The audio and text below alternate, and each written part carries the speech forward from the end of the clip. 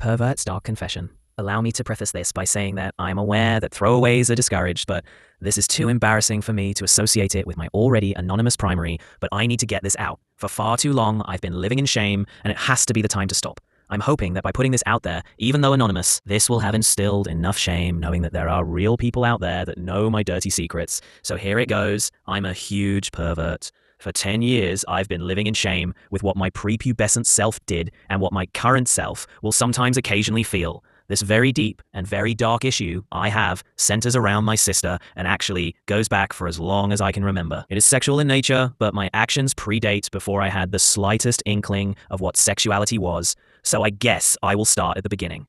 I do not have a lot of early childhood memories. A lot of people I've encountered in everyday life seems to have a much deeper remembering of their childhood than I.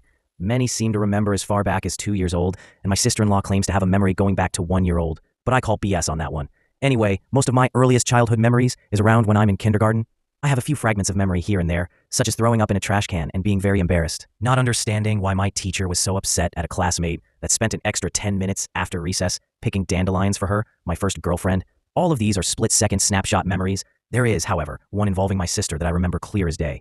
In our kindergarten class, some days the class would get out at noon. I have no idea why, but that was just something that was a part of the schedule. I believe it was every Friday. But it is rather inconsequential, so I won't spend much time on it. The day, boy,